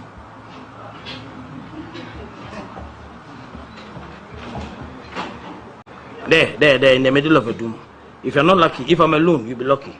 But if I'm there, and my 10 boys are in their pickup with me, with their hips, trust me, we'll beat you. If you don't want to experience that kind of situation, do that which is. Now, because we are all Akans, let me speak to you too. Offer. Now, can you one can you offer? One can you bakokra? Now, then, they be a KMA. Yen be who say, Sani pay, one iska, one ni abrabo, 20 cities nonya. And then yen dream who say, yen fa sam rantie. Mabuni, yen for monko K-Poly, yen train you on bibi, and bet me nyaska kakra. Now, uko shiwon, uko bruon, uko bruon, because and now I KMA boss. Uya sa uya sa Nkola omuniska, omunte se omuni Land Cruiser ya ode de demi, omuni bi. Pick up ya okay, omuni bi. Enti wondwen ho se wo be KMA panyi, na nka wo be frɛ vice chancellor ewo Kumasi Technical University. Na nka waka se nkola a mutonton sa nneema kitinkiti. Yempe omu nyina yen register om na nka KMA Kumasi Technical School no, mumpe courses bi mo no onye. Wa ma certificate kwa emfa ho. Nanka watimi a commission na wa graduate yomo ebinim asua fitting kakra ebinim asua we kakra nanka wo de ma magazine wa page ma mo na wo de cake obro sa na John Mahama se beye John Mahama na odo si ho no sa na o ka kire wo se beye na wa wo yesi eye. Now there's another issue that civil society is quiet about in this video that pops up. We were all sitting here when they set up Sam George committee, Ayawaso West Wogon committee. Emil Short was the chairman. Mrs. Henrietta Mensah-Bonsu, who is now on the Supreme Court, was part of it. And they said that vigilante groups should be disbanded. And they thought they were talking about Akufo-Addo. That's what they thought. Mana said them. They thought it was about Akufo-Addo. What this guy is talking about is a gross violation of the vigilante contracts that we have all signed. He says he has an army. He says he doesn't deal with the Ghana police. He doesn't need to deal with them. Because when you deal with police, it's useless. That he has his boys. Who are the boys? Who trained them? What cane are they holding? Is it the taxpayers' money they used to buy the cane? The so-called pickups. That his boys are in pickups. And they will beat vulnerable people. No? That pickup is for who? This is the kind of things that politics shouldn't do. This is the kind of things that when politicians do, they cut all politicians' head. This is the kind of thing. You have political power, you are going to beat people who earn 15 cedis. You are going to beat them. You won't think and create and say that what do we do with these people? If it's in Malaysia, they'll create for them. If it's in Singapore, they'll create for them. South Korea, they'll create for them. We sit in Ghana and the mayor comes publicly to say that I'm going to beat them. Are you sick? I mean, what is this? What is this? And I'm very happy that on social media, both NDC and MPP are angry. Every young person is angry. And thank you, NDC people, for not being partisan on this one. Thank you. Many of the NDC people are angry with this. This is not about party. This is not MPP, NDC. Let us eschew characters like this from our society. This is what Plato said, that the salvation of the state lay in removing government from untutored hands. Plato said that thousands of years ago. It is in Plato's Republic. Go and read it. He said, let us remove government. He said the salvation of the state, how to save the state, lay in removing government, remove the government from the untutored hands, so that the society, Plato said, will be governed according to the findings of philosophy. That's what Plato said. We read it in political science 100 years ago. This is untutored hands. This is what Plato was talking about. You won't come and create something for the people. You are coming to beat them. 20 minutes to 11. Saubompaya ya kai Ghana Shre unyankopon Fagana shenisa Enuna uyo my papa Enuna uodo Odo ma umai Enuna yeshishe Odo ma umai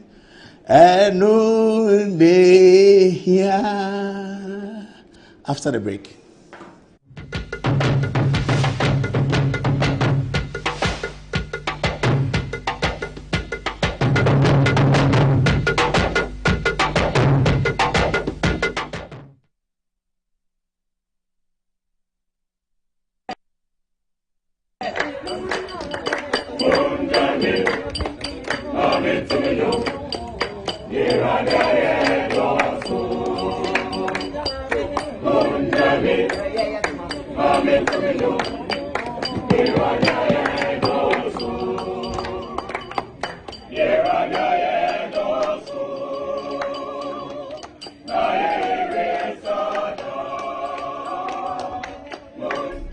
There's nothing worse than your multi-bet missing, but nothing better than having it saved.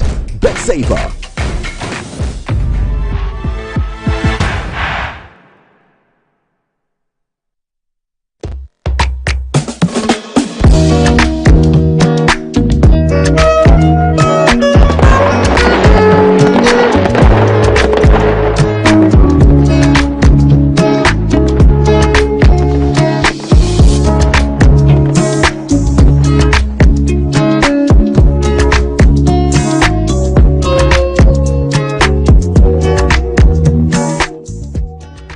Kwame and Yao. After hours of planning, both have locked in the same perfect multi-bet. Big win for United, over 1.5. And both teams to score in the London Derby. But who could have picked Leicester over City? Or a high-scoring game at the Bridge? There's nothing worse than having your perfect multi-bet missing. But there's nothing better than having it saved. BetSaver. Win, even if your bet misses. Fire pomudini agubi Ghana funi aji if you say ya your local spices na ya frafra dia ya sankofa natural spice me de go me jollof fumu ni me still ahodoma e ma ne dance Stanley the barbecue they go on sankofa natural spices and one you use 100% natural said the no Adofo mamunye huge mistake sankofa natural spices the FDA ejedi nkratru yatu Brush your teeth. Brush 2 times a day. Brush with Kel-Kit. Hello, my friends. My name is Kel-Kit's toothpaste. Wow. I was made to be gentle on your gum, but protected. I will protect your teeth from cavity, make your teeth whiter, stronger, keep your mouth fresh all day. And best of all, I'm strawberry flavored. So put on a smile and try me. That's amazing. Just try me. That's my job. If you say so, jump on my brush. Makes your teeth stronger. Chicky whiter. Chicky stronger. Yay! You did it. I'm glad you like your new toothpaste. Don't forget to brush both day and night. Kel-Kit's. Happy smile.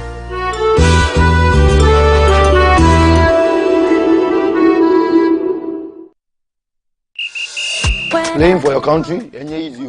Scoring, easy. Avoiding injuries, easy. Winning, easy. But you know what be easy now? Kivo 4-in-1 Gary mix.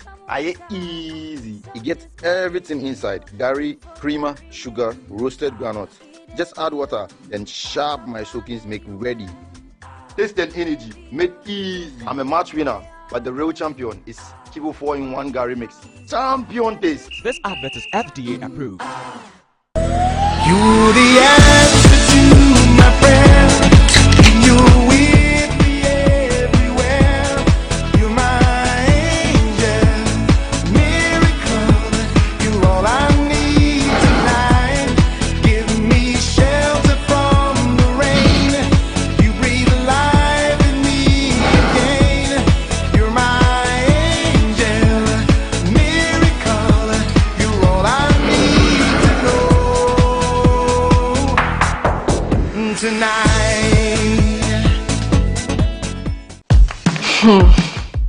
Look around. Home also need a makeover. Mine clearly does. So we went to Ashroom and found the Como collection. It had everything we're looking for and more. Matching furniture for the entire home, designed with you in mind. Where's Como collection? Dressing up is just a breeze. Always ready with a perfect accessory. A magic dressing mirror. One look and you're ready to face the world. Or at least the kids. A bed perfect for young men who want a table that turns into a treasure chest.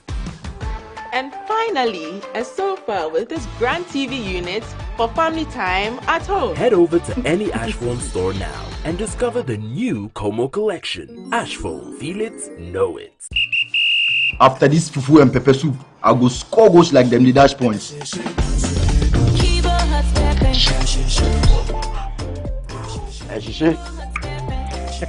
Kivo 100% natural hot pepper. Good for your jollof, stew, soup, shito, spaghetti, and noodles. Kivo hot pepper. Moko show. I'm a match winner, but the real champion is Kivo 100% natural hot pepper. Champion taste. This advert is FDA approved. Where to get polytank? Oh, and you're fine. Go straight. No, I want to left, right. That's right. Ghana na ye wono. So when you do more and ye data. Who knows?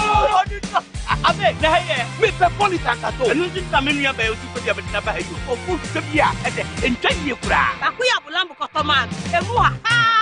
Like they take you by so. Go to the distributor and you give the original Polytank. Polytank. You hear the sound? Polytank. Papananka Sankasa.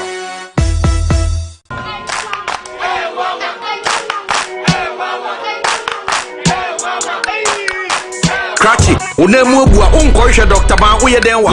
Oh, Mr. Yamfan come and me buru. Ayi, mami ko buru. Tony adelebe ko bra. Mumi yamfan ko Dr. Ban ho. Dr. Ban o ya de. Bra, se ban no mpemu adwuma sasabro slow Dr. Ban o ye. Say ni kemi kwa na meka.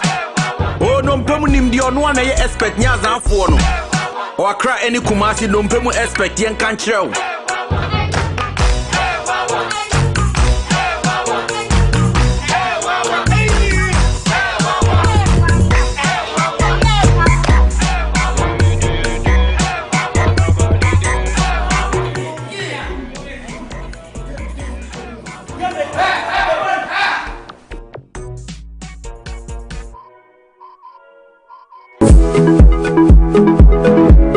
Sometimes the unexpected happens and the hero falls down in his own story. But he needs not stay down for long. Cosmopolitan Health Insurance is your trusted health partner. Whether an individual building a business, with Cosmopolitan Health Insurance, your medical care is our concern.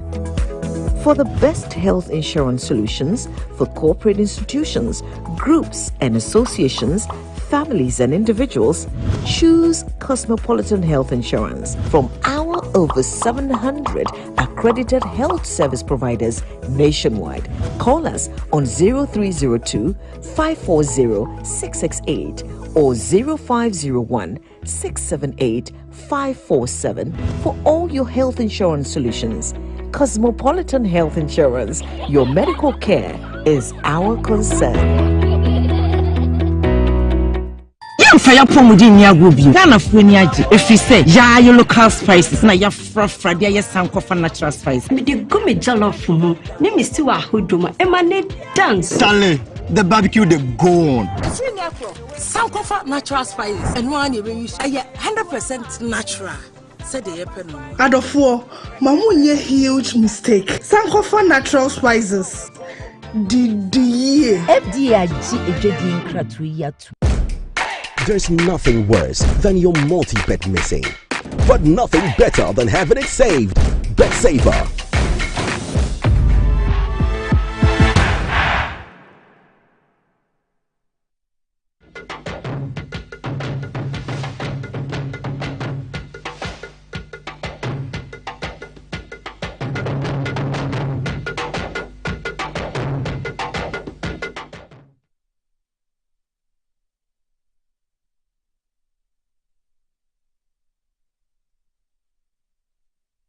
All right, so I promised you that I'll be showing you a video of the inauguration of the First Council of State.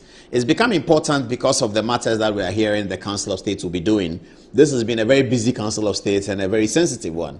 The Honorable Doa Jaho is the chairman of the Council of State, and he's a former Speaker of Parliament. He's the first person in this Fourth Republic to have ascended the office of the Speaker straight from the Chamber of Parliament. In the circumstances when Doa Jaho became Speaker of Parliament, there was a by-election conducted in his constituency because that is what the rule is. When a member of Parliament is elected Speaker, a by-election is conducted. So Doa Jaho was unanimously elected by both NDC majority and the MPP minority in his day in 2013. He's very close friends with John Dramani Mahama, but he's thought to be one of the moderates in terms of pursuing political agendas. He's thought to be one of the moderates in the NDC. He's a cadre, nevertheless, he's a cadre. He comes from the roots of the PNDC. He comes from the belly of the revolution. He's one of those who sang, "Why is it so? Why is it so?" And they sang revolution, revolution. He sang those songs. But he's thought to be quite moderate. He's the chairman of the Council of State. Now, I'm bringing back this video, which many people have shared on social media today, just to show that even the most ardent revolutionaries, they saw the Council of State in a certain manner. And we hope that this Council of State, in considering such petitions to the President for the removal of institutionalized bodies like the Chief Justice, for what appears to be people's personal agenda, this Council of State will look at it the way the originators of the Fourth Republic thought that the Council of State should be. This is a ceremony in April 1993. Some of you watching may not have been born, unfortunately. I was born, but I was still small boy type, teenager. So I don't remember seeing this on TV, but I can see some of the characters and the way they look, the way I used to see them on TV is the same way they look in this video. Without much ado, have a look at this legendary video with Beatrice Edu as reading the news for Ghana Television. The institutions provided under the Fourth Republican Constitution is the Council of State. Its members were sworn in by President Rawlings at the Castle in April. The Council of State is basically to advise the President and Parliament in the discharge of their duties. The 25-member Council has 4 women. They are Mrs. Susan Al-Hassan, Mrs. Anija Age, Nanefia Asabia, Queen Mother at Dontin Division of Equiapim, and Dr. Mary Grant. President Rawlings administered the oath of office and the oath of secrecy to members of the Council.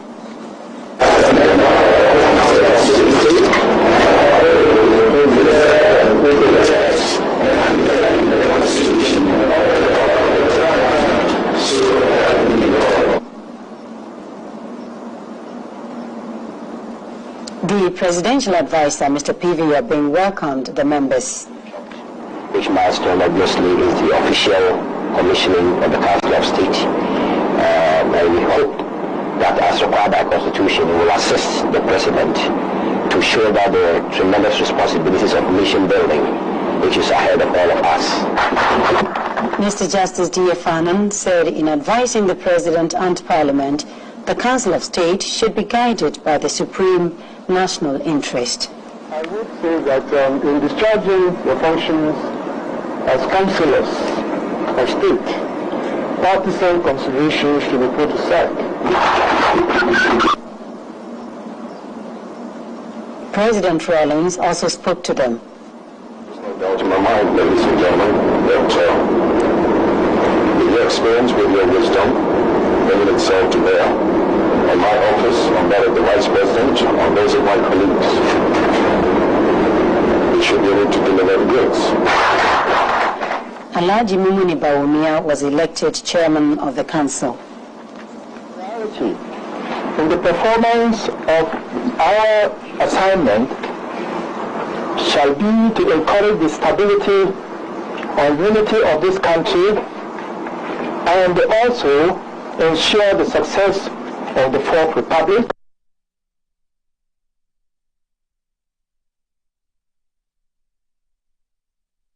Over to you, Council of States. Let's see what you got.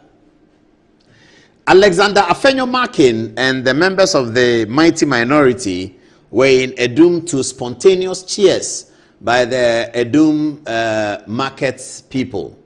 Now, here they are. They went to see them. They spoke to them. I understand that the Kumasi mayor says he's going to pull down the place. So all the cement that people are sending, that they should forget about it. I wonder what they were telling Afenyo-Markin. And all those. So you can see Anodon Prayer here in the videos. You see all of them. They went in there. I saw Chairman Wuntumi one of the videos, but this is from Afenyo-Markin's page. I like the leaders. Is it orange?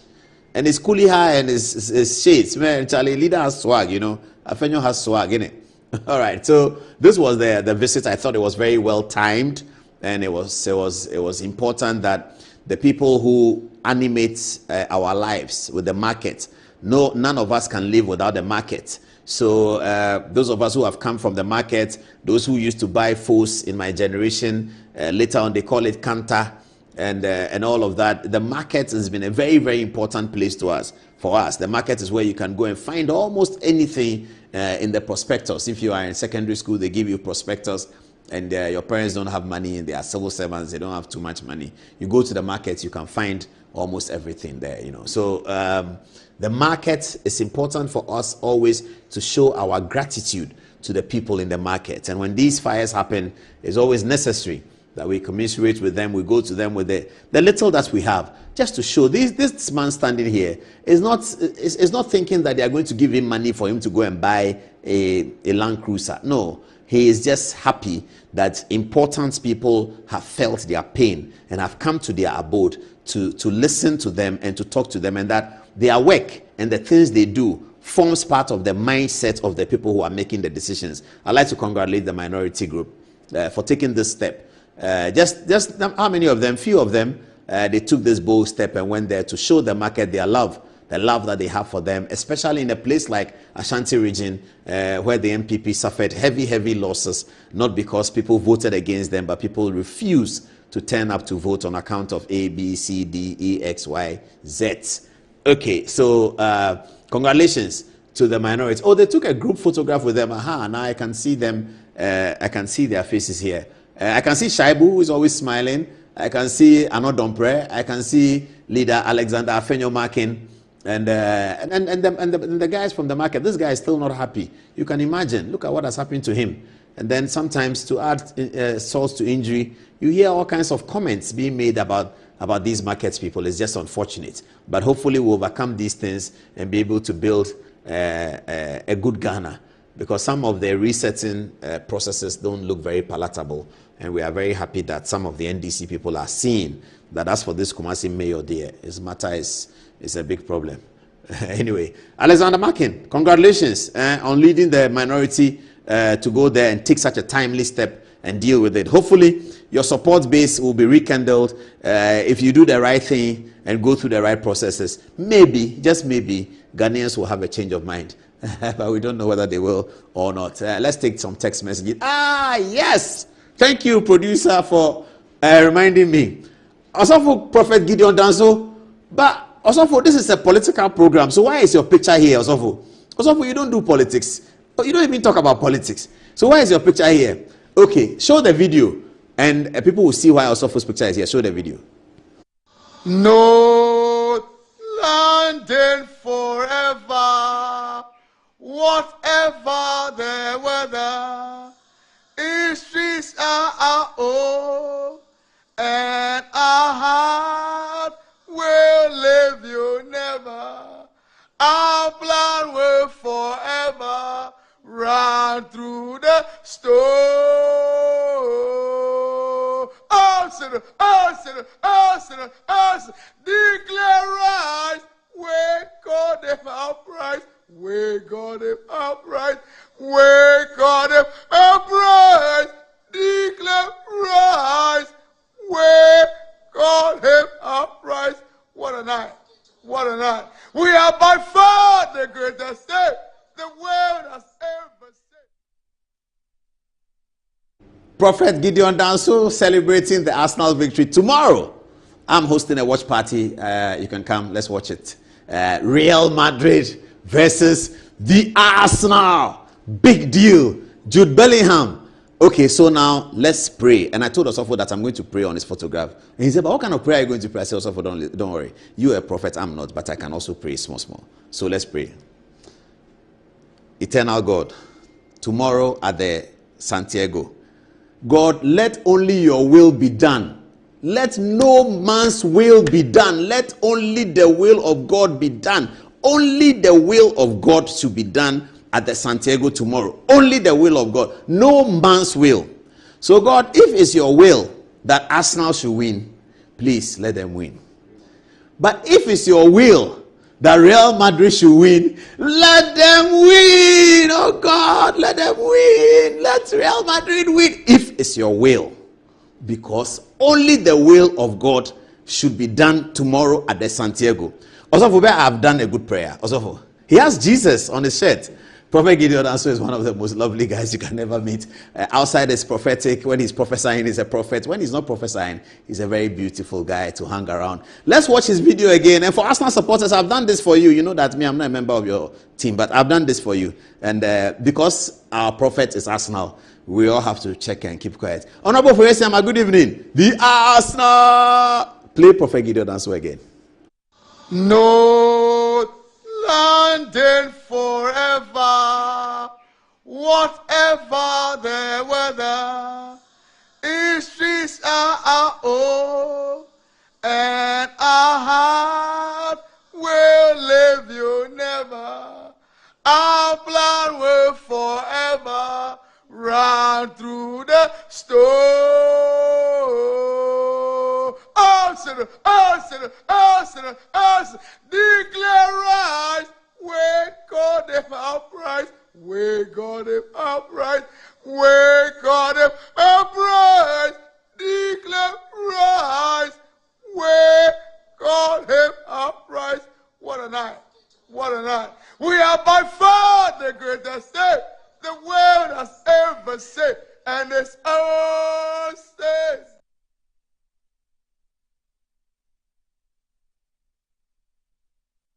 Got a text message from home and they said, Daddy Pa, K is an Arsenal fan and you didn't mention it. When Arsenal won and K was going to school, he said he wants to wish he could have worn an Arsenal shirt to school. So tomorrow, if Arsenal don't go through, I have a problem. I have to console K. I think he's sleeping by now. Real Madrid versus the Arsenal. 7 o'clock GMT, kickoff time, Santiago Bernabeu will be closed at the roof and the noise will be massive. Real Madrid will be in white, Arsenal will be in red, Declan Rice will be on the field, Thomas Partey, the best player in the first game, will be on the field. Bukayo Saka is growing on it.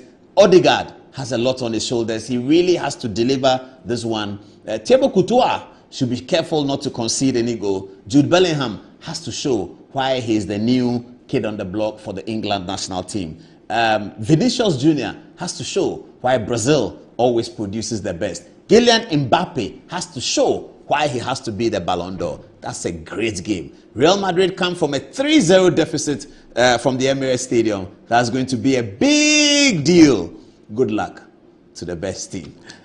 Kobe, what are people saying? Let's start with you. So Nana Sarkodie says, Paul, I think the second coming of JM is becoming like the prophecy by Apostle Paul in Thessalonians 2, the coming of the man of lawlessness.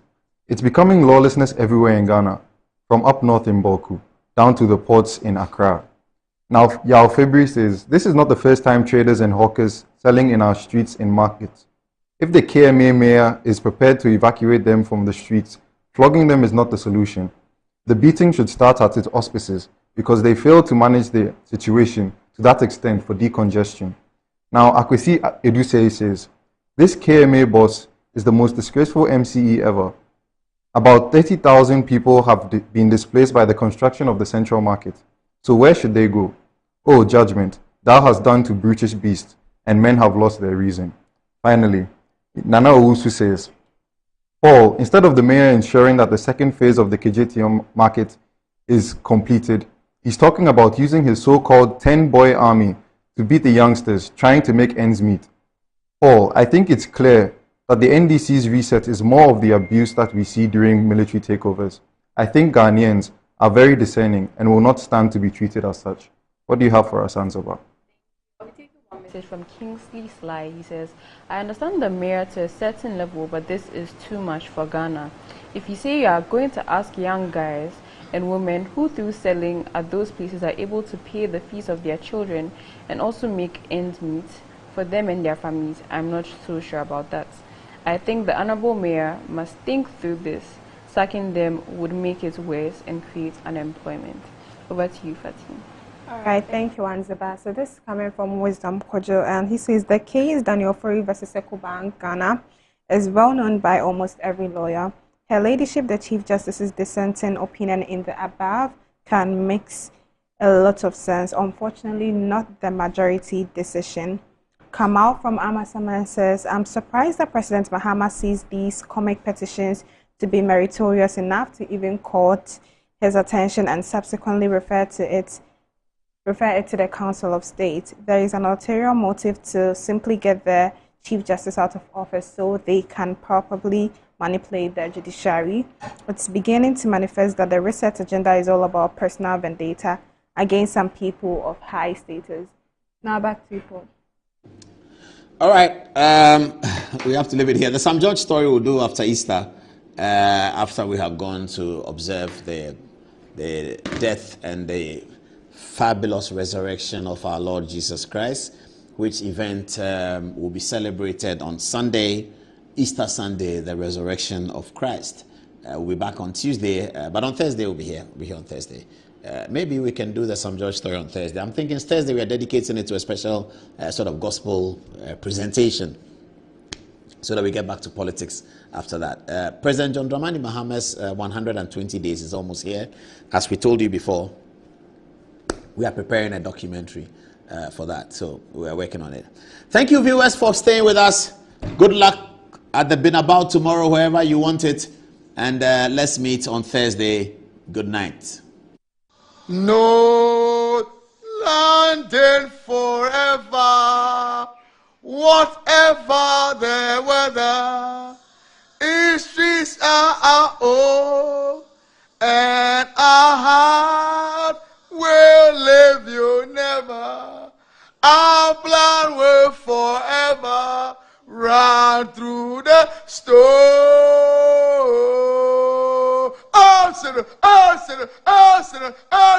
Declare rise, wake